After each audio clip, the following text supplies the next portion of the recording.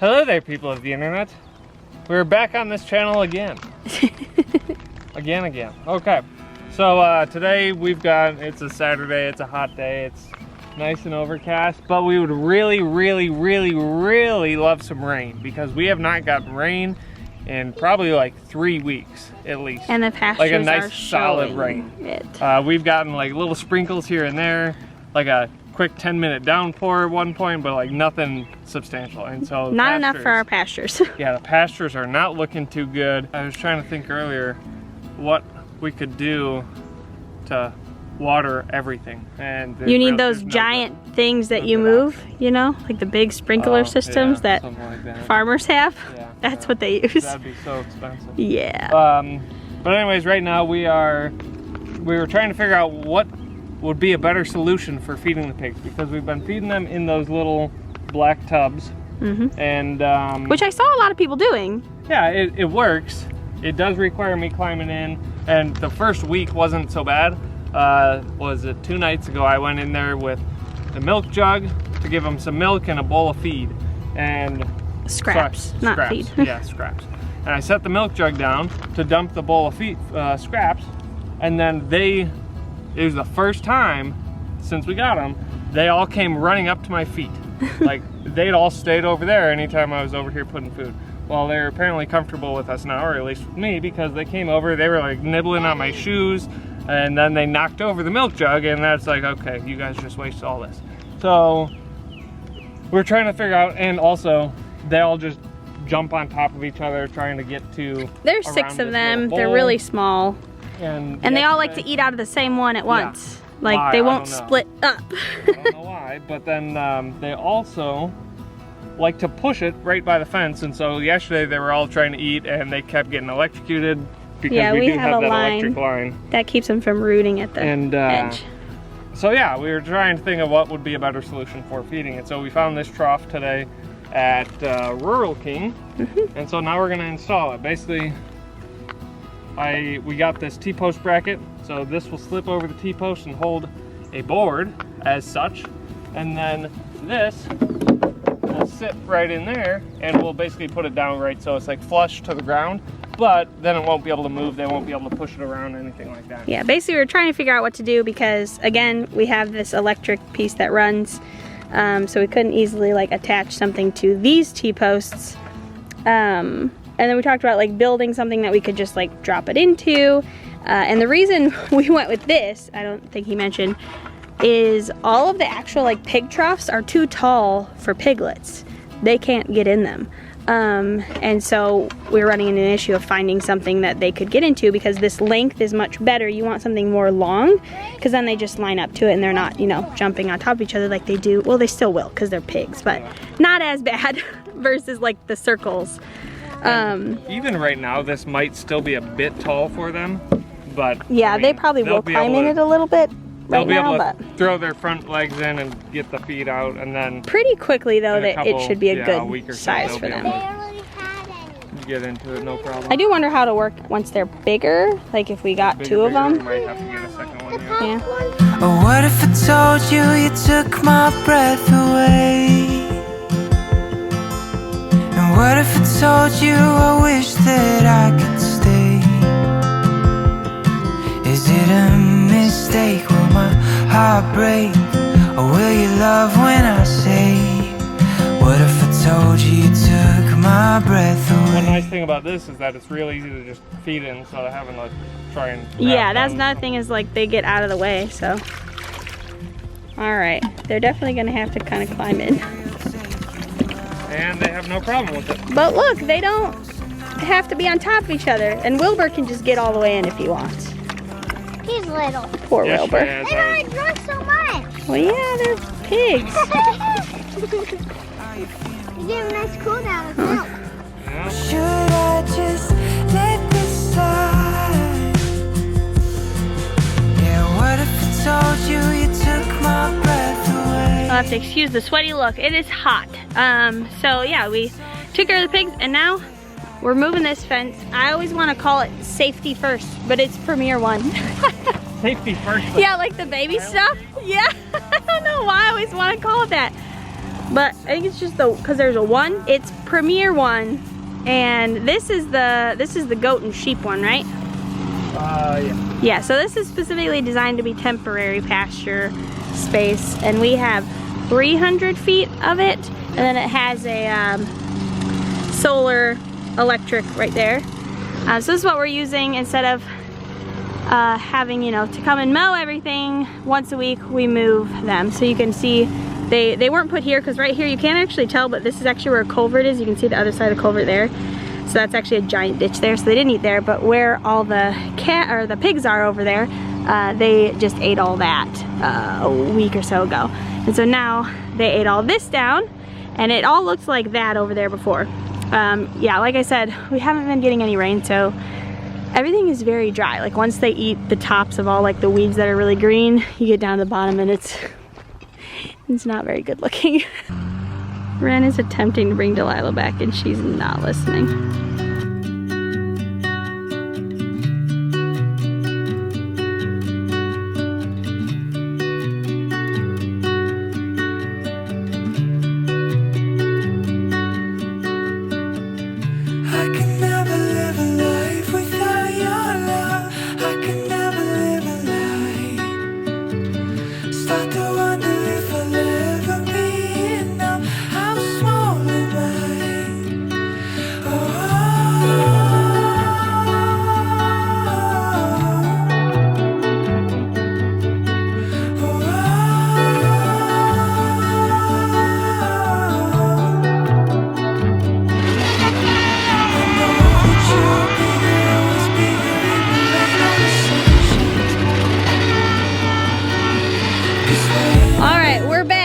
Another day, another auger hole. Basically, we're trying to help save some of our pastures because they're getting overgrazed, even though we don't really have that many animals on them. In large part right now is we have like animals grazing heavily and little rain, so like we're not seeing growth come at the same time because we've had 3 weeks of like 90 to 100 degrees, and basically we got rain like 3 times, and it was like a 10-minute spurt. Like each time, like it was not enough. So it's just been too hot. Also, I have a fan around my neck so that you probably hear that, and it's probably super loud. Sorry. So that pasture over there, I will post a picture. We sent up the drone 2 days ago, and this pasture that's over here, the original pasture, is basically brown. Like there's not really much there. And so we had already planned to do rotational grazing, but definitely seeing that, like we got to get it done. So we are still learning like the science and the art behind it, because it's definitely more than just moving your animals every day or every few days. There is some thinking and some like trial and error that comes with it, but it's all about giving your pastures time to rest. And then we are also doing leader follower methods, where we're going to be like, you know, starting with a certain type of livestock and then like coming in with other livestock behind it, which is also to help with like weeds and just the overall health of your pastures. We are closing in this pasture, which we've been meaning to do for a while, and that's where Essie is going to move for now. This is actually going to be 2 pastures. So yes, with rotational grazing, they are going to be slightly smaller pastures, but it keeps them essentially from picking and choosing favorite spots. So if you were to like look in our horse pasture over there, you can see where they like walk along like their favorite spots where they graze. It's like kind of dead versus where they haven't been grazing. So basically doing rotational grazing, having smaller pastures, keeps them from being able to like favorite certain areas, which just helps with the overall growth, and then obviously the overall health of your animals as well, because you're keeping your pastures healthy long term, to make sure that you don't just end up with like basically dead pastures. Ari wants to take y'all on a garden tour. So we've got lots of questions about whether we have a garden this year. Do we have a garden this year? Yes. Have we kept up with the garden very well this year? No. No. What have we been doing instead? Fencing. Yeah, a lot of infrastructure with fencing. So the weeds have taken over. I've gotten some recommendations from my friend Jen over at Sunshine Farms. We're gonna solarize all the walkways to take care of the weeds, but we haven't done that yet. I literally just asked her for advice yesterday, so we're going to do that. And then take care of the beds, but we've had just other priorities. But the funny thing is like despite not taking like care of weeds and stuff, everything's growing. We had some issues with squash bugs. We had some volunteer tomatoes. Lots of volunteers. Stuff. We are gonna show you the tomatoes today. And here's the garden. garden, if you can see. Sissy's unlocking the gate. And the tomatoes, well, here's flowers. And you see all those weeds in the walkway? Yes. A couple minutes ago. And we just yesterday tied these up to that thing, so they're growing on the ground. And let's show you the watermelon and the other things. Here's our favorite things from last year. They have like paper on them. And they're tomatoes. Technically it is paper, but you like. And here's some tomatoes that are roaming in the walkway. They're these things. You just open it up, and there you go. Well, it's not right yet. What are these? We have some zucchinis here. And here's a new one starting. And there's some bugs. And where is the watermelon? Today we are showing you the watermelon. Our first watermelon this year. Soybeans. Yes. Right here. We have lots, you see. Those are the flowers that I was talking about when we first came in. Those are all raspberry plants. They've taken over the walkway, and some more that have taken over the walkway. And I'll pick it up. No, here is the watermelon. It's so very small, and it's our first watermelon from this year. Give it to me. Oh, look, one has started. Let me show. There are two right here. Here's one. Those are the ones we like to use. And let me see what these are.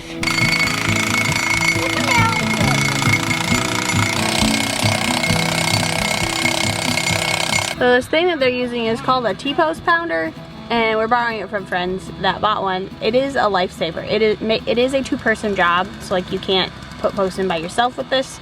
You do need two people. It works and it saves so much time. So these are 6.5 foot T-posts. They're gonna put them in the ground.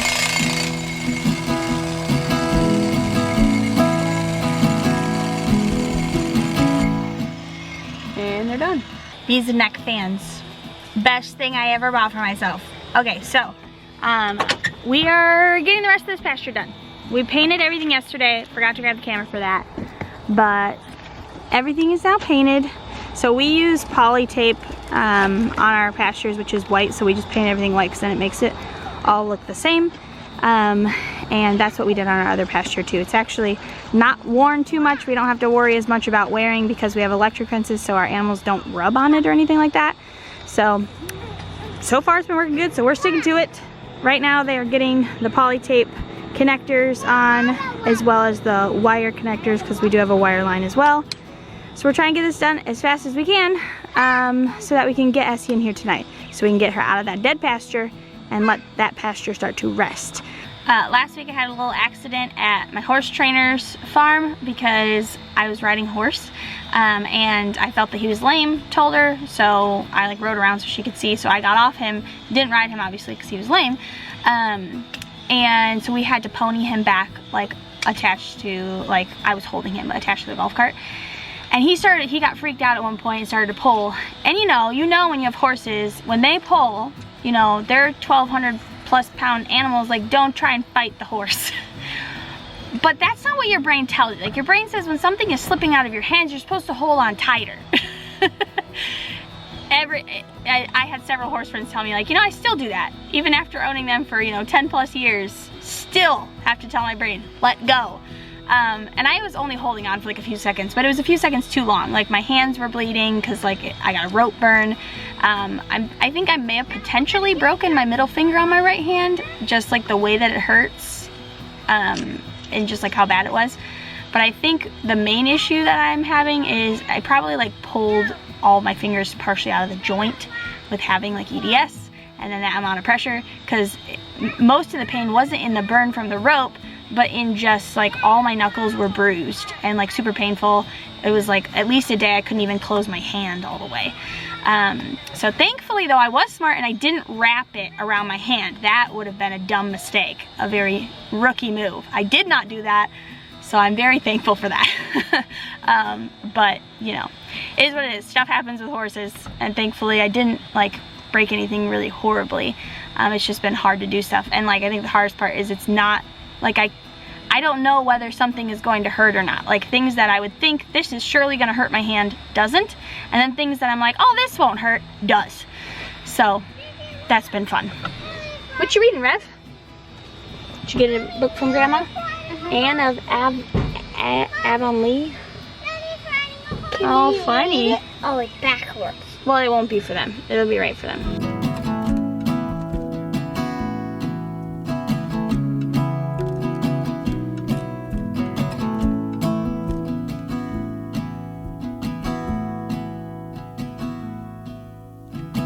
Okay, we are going to show you how we feed the horsies. Getting everything, Aaron? Doing okay. Are you all horse food? We're feeding Brady and Phoenix here. It's a bit bright. Yeah. I'm sure Mommy will fix the lighting when she records it. Here's the horsies. Here's Phoenix, baby.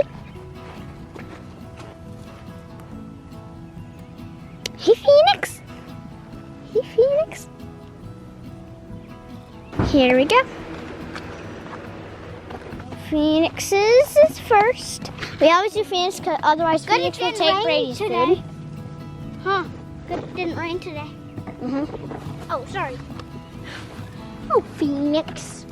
If she pours all that in, they might be like, what? Can you put it right here when you get in so that I can show them it quick? Are you even full? Phoenix is... Aerilee is going to sprinkle this in their food. Helps with something. This is the medicine that gets... Well, he doesn't have a lot.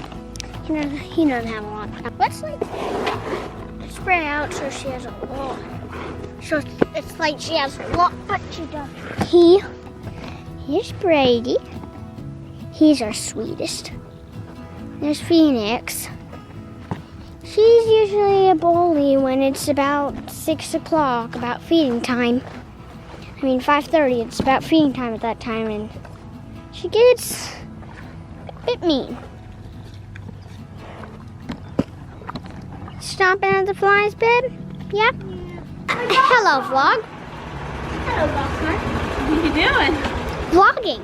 Vlogging? What are you talking about? About the horses and... Did you tell them about the medicine and stuff? Yeah. Told them what it does? What does it do again? It helps their joints. I said the muscles. Oh, close. What are their joints? Do you remember? This part. What is? How did I explain where are joints? In your elbow. Yeah, but I used an explanation. I said where something touches something so you can move it.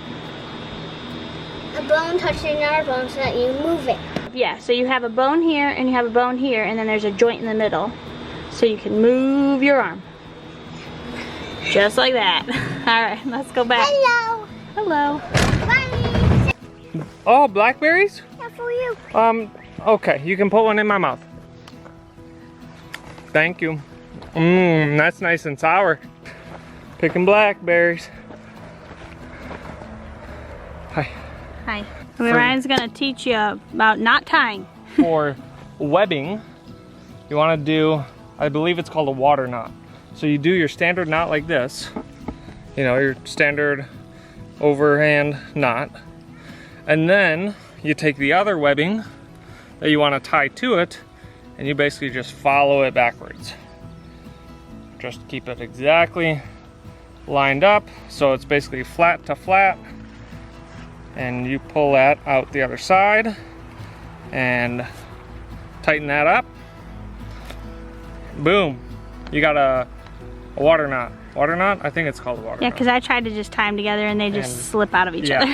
So. This puts a lot of tension or a lot of pressure on itself. So We're connecting up some fence, so this thing will be a big old pasture. we're getting a gate moved and the children wanted to help. Rev, of course, only has one hand free because rainy. You guys are good helpers. So for over here, I got this spring gate, and so we can spring it all the way across, and it says it is good for 16 feet, which this is, and man, that is pretty heavy. So then it clips on like that, and then what happens is This right here is electrified. We gotta jump that to this. So as soon as, basically this piece will always be electrified. And then as soon as this gate connects, it becomes electrified. You girls are not allowed to touch this. Why? Because it is too strong. What does that mean? Here, I'll show you what tension is. 2 hands and pull it that way. You feel how hard that is? So if it's up there and you try taking it off, it's gonna spring all the way back and you might get hurt. Do you wanna try it, Rev? Well, You won't get hurt right now pulling it. You have to hold this part because then when you touch that, then you'll get electrified if you touch this. Exactly. While you do. Yep, Ari, don't get your fingers there. Wow, Miss Rev wanted to go all the way. Okay. Man, I'm impressed, kiddo. Pulling me. Yeah. Don't just let it go. Yeah, you cannot just let it go. What? Man, look at you. Playing tug of war with the post. Okay, nope, we're all done. And Ari, we can go right under. Or are you putting another one on? Nope, it'll just be this one. So Essie is coming in. We haven't electrified the new line yet, but oh boy, look at her. She's already got a pep in her step. Oh, Essie.